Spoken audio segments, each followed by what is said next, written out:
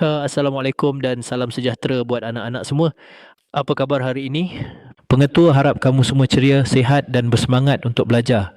Anak-anak yang pengetua sayangi, dalam episod ke-12 cabaran motivasi kita hari ini, pengetua ingin berkongsi satu nilai yang sangat penting dalam kehidupan, iaitu kejujuran.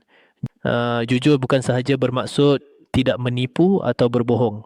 Lebih daripada itu, jujur dalam setiap tindakan bermaksud kita melakukan sesuatu dengan hati yang ikhlas, bertanggungjawab dan tidak mengambil jalan pintas yang salah.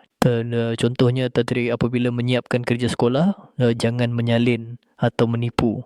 Usaha sendiri walaupun lambat atau tidak sempurna tetap lebih berharga kerana ia adalah hasil kerja jujur dan usaha kamu sendiri.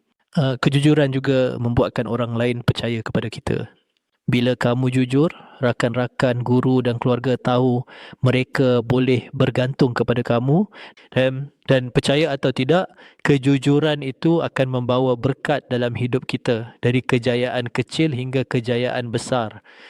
Pesanan pengetua untuk cabaran hari ini ialah lakukan sesuatu hari ini dengan sepenuh kejujuran, walau kecil atau besar. Jangan takut untuk mengaku kesalahan dan pastikan setiap tindakan kamu ikhlas. Ingat anak-anak, keberanian untuk jujur bukan kelemahan tetapi tanda kepribadian yang kuat dan mulia. Pengetua percaya kamu semua boleh amalkan nilai ini dalam kehidupan seharian, di rumah, di sekolah dan bersama rakan-rakan. Terima kasih anak-anak. Teruskan berbuat baik jujur dalam setiap tindakan dan semoga setiap langkah membawa keberkatan.